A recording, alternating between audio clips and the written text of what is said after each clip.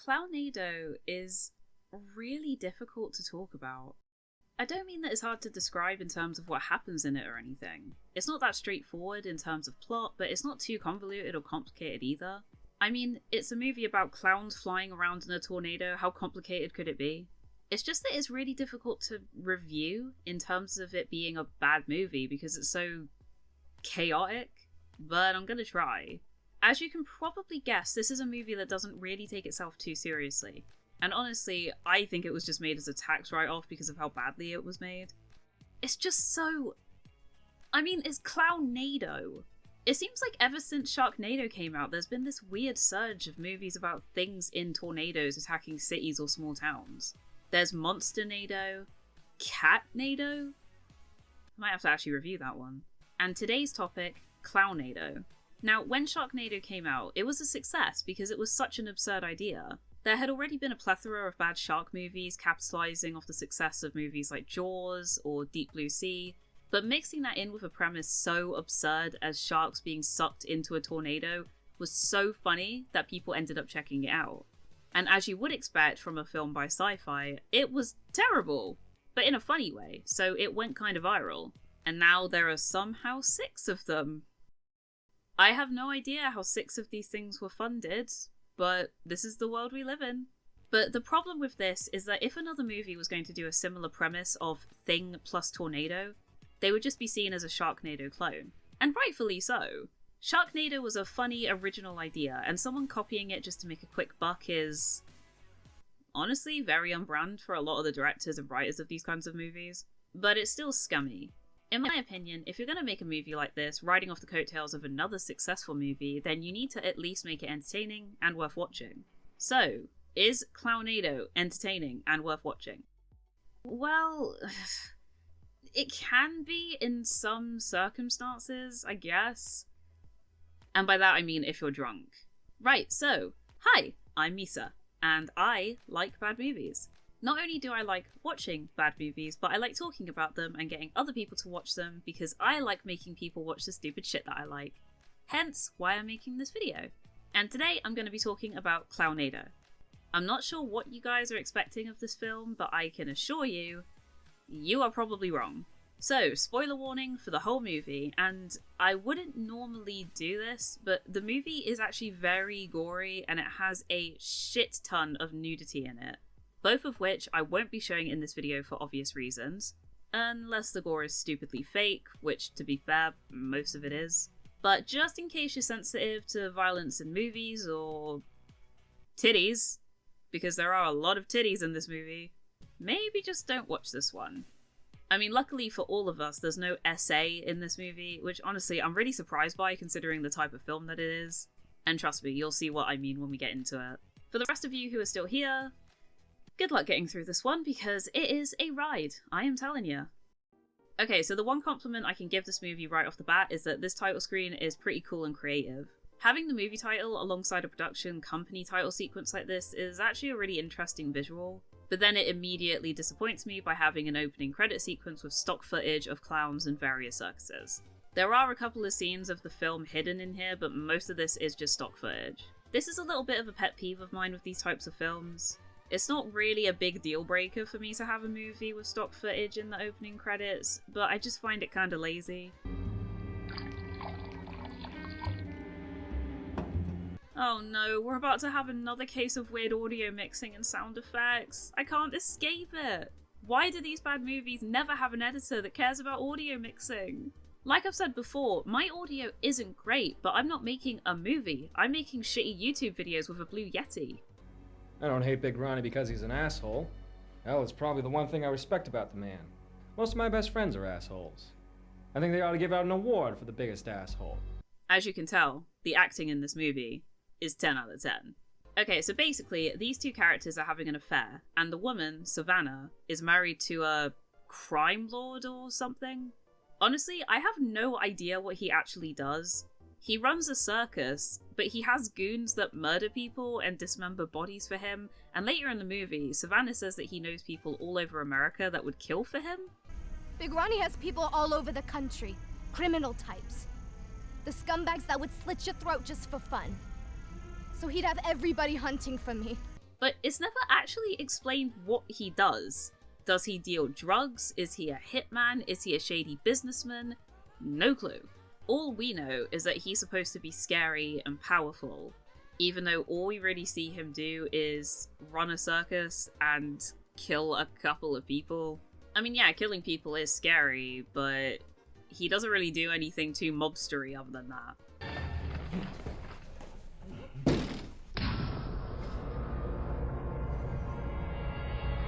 I have no idea how these two didn't hear him kicking the door in. I don't care how into making out you are, there's no way both of you wouldn't have heard that. Now we're introduced to Ronnie, the crime lord husband, and I really have to say, this guy's performance is really giving Jared Leto's Joker. I'm tired of being a candy cane hanging off of your wrist. Maybe you're right.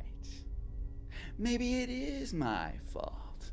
After all, you were a lousy 2-bit skank when I met you. Just wait until he gets into the clown makeup. I'm telling you, it is an absolute treat. The guy who plays Ronnie is probably the only actor whose performance I didn't mind too much, but that's just because it was so silly. And he's clearly trying to fuck around with the material that he's given. So let me guess. You two lovebirds plan on stealing from me. So Ronnie is obviously pissed that Savannah and this dude are having an affair, and he decides to do the crime lord thing and just kill this guy. No, stop! Savannah, what are you doing? Don't point that thing at Cash. Mate, move! What are you doing? Like, shuffle slightly to the left, drop to the floor, do something! Why are you just sat there? Now, he decides not to kill Savannah, but instead he uses her for a performance at the circus that he owns. And I'm gonna need to go on a little bit of a tangent here. There is a lot of female nudity in this film, and I can't lie, it feels a little bit exploitative. Now don't get me wrong, I love naked women, okay? I'm bi, in case you guys didn't know, so I'm a massive fan of, well, tits. Even in movies, as long as it's, I don't know, either tasteful or not lingered on for too long, like I'm watching a Riley Reid video. But movies like this that rely on women being naked to keep your attention just, I don't know, it leaves a bad taste in my mouth. Especially because movies like this are usually shot like pornos.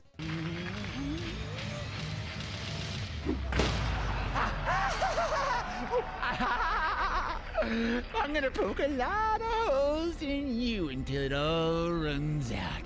Like, if I wanted to see a woman naked for prolonged periods of time or acting really sexual, then I'd just, you know, read hentai dojin or watch porn or something. Nakedness in films to me is like a sauce on a burger. You don't need to slather the thing with it, just add in a bit for flavor, you get me? And don't forget to leave the kiddos at home. Come back to the Midnight Madness. This dude with the beer is legit having the time of his life. Gives me an apology. You hear me, Rachel? Keep your drunk hands off me, you asshole. I'll drive. Let's all go home and just sort this out. What? Your daughter pulls out a taser and that's your response? Fucking ruining everything. Oh!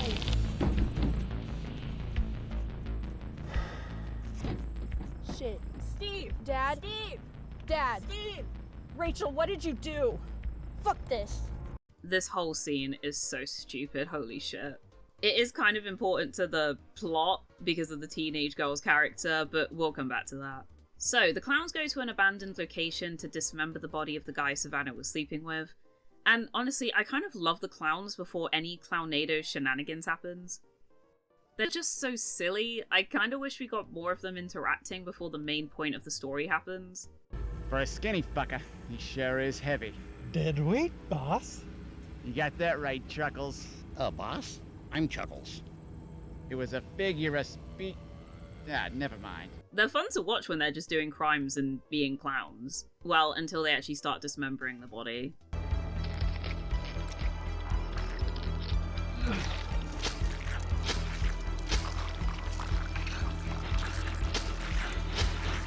So, this is what I meant about the gore. There is a lot of it, but what the director decided to do was zoom in really close to the areas where the clowns attack people, which makes the scenes really confusing because you never know what part of the body you're actually looking at. Somehow though, despite that, and despite how obviously fake the gore is, it's still weirdly off-putting.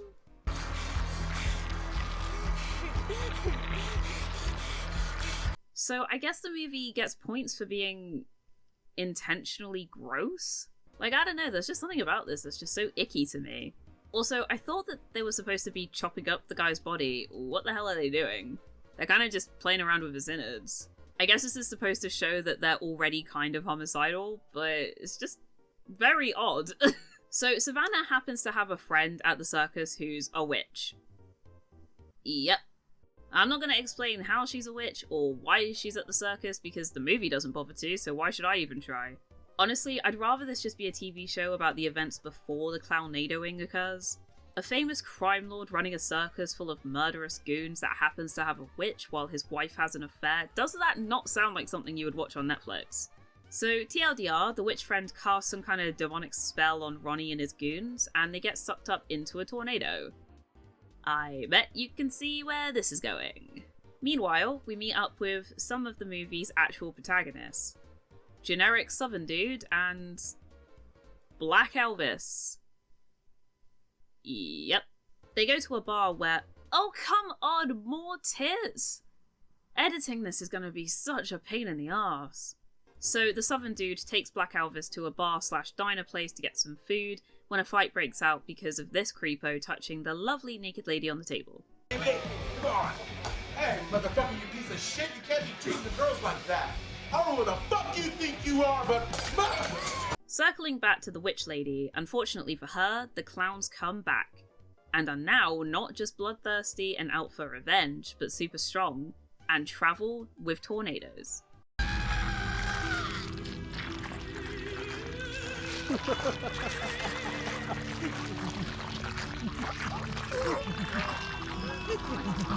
So, the teenager from earlier who tased her stepdad has turned up at the diner, and she's being followed by this creepy dude with long hair.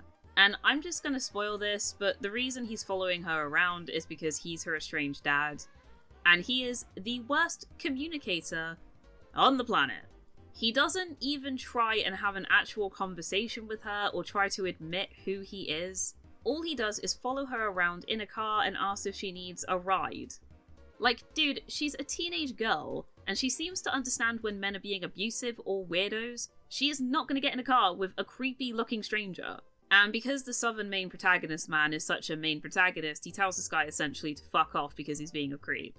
This is when we also discover that Savannah is in the diner, because she's trying to run away from the circus. Keep this in mind. She thinks that a curse has been put on Ronnie to the point where she feels like she's free to leave the circus, and she clearly doesn't want to stay there, even with Ronnie gone. Just remember this, because it's going to come up at the end of the film. But oh no, the Clownado crew's here! So after the clowns break in through the back, and main protagonist man takes about 50 years to open the front door, everyone escapes. I'm not joking though, he seriously takes forever. The footage in the background is how long he's taking to open the door. Almost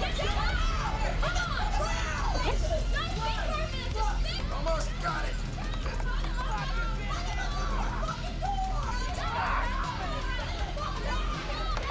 Damn it, jam!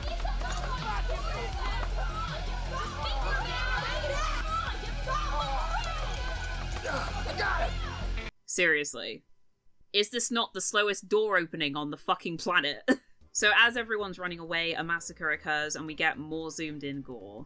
During this commotion, the teenager's creepy dad sacrifices himself while being attacked by demon tits. And I'm not going to be showing this. Savannah is also caught and killed and is stripped, again, for some reason that's obviously very important to the plot.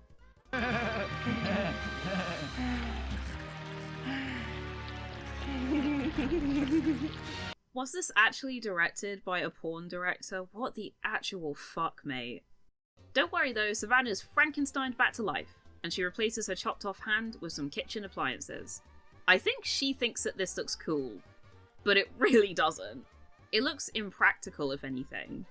Also, if she wanted to be more threatening or use them to kill something, then she could have picked a sharper knife. I mean, that's basically a butter knife.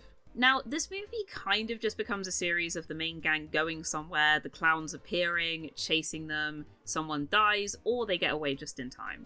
I'm going to try not to dwell too much on their travels, because we're going to be here all day otherwise. They run into the sheriff, whose acting is top-notch. Well, who in their right minds would fire you? Hell, you were the only reason to go. Them other girls? Basically meth fiends. Oh, also, Savannah seduces this chick because what's an exploitative movie without some girls making out? Bitch! What the fuck? Shit! Also, this really wasn't necessary. She could have just chucked her out the car if she wanted to steal it. Thanks for the ride, bitch. So the clowns are catching up with the main cast, who have now picked up this wannabe scientist woman and this dude in a really cool Doctor Who shirt.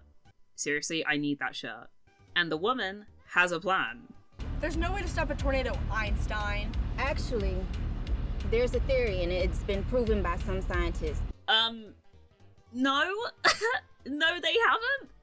Which scientists have tried to destroy a tornado? Because according to Google, none have. So how did they stop a tornado? Get to the point. They used liquid nitrogen to cool the whole thing down. Also, this is literally what they do in Sharknado, except they use a bomb rather than trying to use liquid nitrogen. So you copy the basic premise and you copy the ending. Fantastic. Now show me that smile, Buttercup. Guess these freaks can die. Wait a minute, all you have to do is shoot the clowns to kill them? Are you serious? This is set in America! Just grab guns! If you don't have guns, rob a Walmart or something! What are you lot doing? So this next scene is really hard to describe, but basically, the female clown with the demon tits, that's a sentence that I just said out loud, gets killed, and a short clown pops out from her stomach and plays with her intestines. Like, I don't know if this is supposed to imply that she was pregnant and now she has, like, a weird demon clown spawn or something. Nothing's really explained in this film. Oh, also, Ronnie tries to kill Savannah again, but she comes back to life because plot. She also didn't really manage to do any harm to Ronnie, so I guess the kitchen appliances for hands didn't really do a lot. Black Elvis dies because Ronnie now has a demon stomach. I guess being a part of a tornado gives you sentient body parts with sharp teeth or something. There's more chasing, the girls all decide to gang up on the small clown and just pull him apart. Honestly, I've got no idea why they did this, because they had no inclination that this was going to work. The only thing that's killed the clown so far is being shot, so them assuming that this would work was either really brave or really stupid of them. Main protagonist man decides to go to his friend's place, who happens to have a plane that they can use to chuck the liquid nitrogen into the tornado, because he totally wouldn't be dragged into the tornado and killed while doing this. I've been flying to friendly skies for 35 years. I was in and out of tornadoes while you were still laying around in your diapers. So you don't need to tell me anything about tornadoes, honey. I've even been up in 2 hurricanes. I seriously do not think that the person who wrote this movie knows how tornadoes work. Look, I'm just going off script here for a second, but I live in the UK, as I've brought up many times before, and we have shit weather here, but we don't really have tornadoes or really massive weather events like you guys do in the States.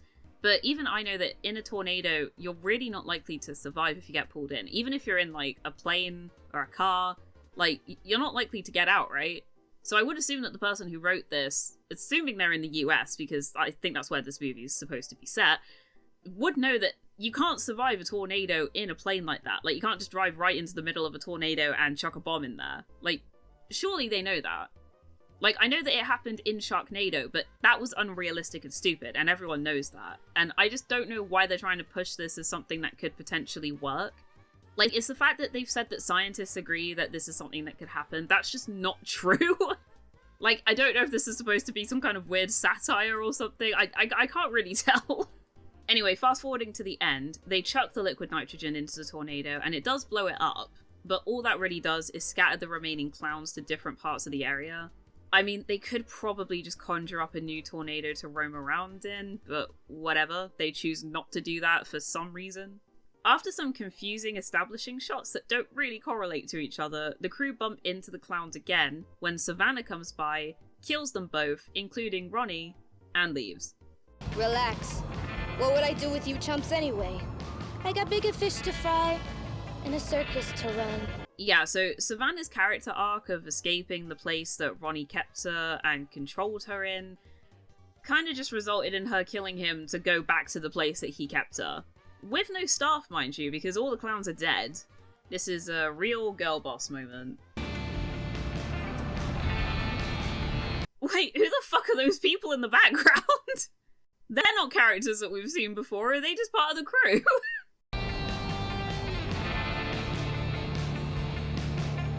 It really just ended like that. Oh my god. Clownado is a fucking mess. I don't think I've ever experienced a movie so weird. The decisions made for this movie are honestly really confusing. The amount of nudity, the zoom-ins for the gore, the weird script. It's obvious that the people who made this movie weren't taking it too seriously, which is fine. But I don't know, it doesn't feel bad funny, it just feels kind of odd. I have had just enough, Spider. So you've had enough of this? Well, the door's that way. Don't let it hit you in your ass, baby. So, how would I rank this movie? In case you didn't know, I have this tier list for movies I review on this channel. The list itself is pretty self-explanatory. When it comes to Clownado, honestly, I've watched the film a few times now. Once I was drunk with my friends during one of my infamous bad movie nights that I host every month or so with my buddies, and the other times I was sober.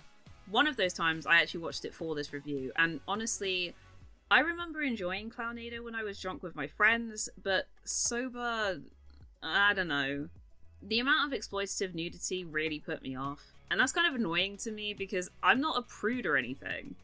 Like I said, I love naked women, but when it's this much, and it's for basically no reason other than to keep male attention because the film is so bad, and when it's shot like a porno, it's really not a comfortable watch for me. But because I enjoyed it when I was drunk, probably because I was so shocked by how weird it was and I didn't really know what to expect, I think I'm gonna have to put it in drunken fun. I honestly don't think I could watch this again sober. It was just dull when there wasn't nudity or gore, and the nudity made me kind of uncomfy at times. It wasn't as funny as the snarling or as charming, and even Sharknado was more fun to watch. At least that had funny CGI sharks in it, you know?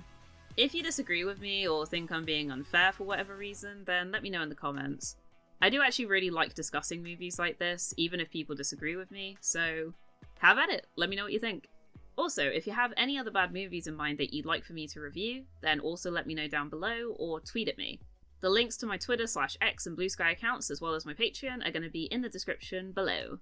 Which, speaking of, thank you to my Patreon, Rob Slide, you are a real one. Absolute G this man is. Thank you all for watching, and I'm bad at outros, so I will see you all in the next one, I guess. Bye!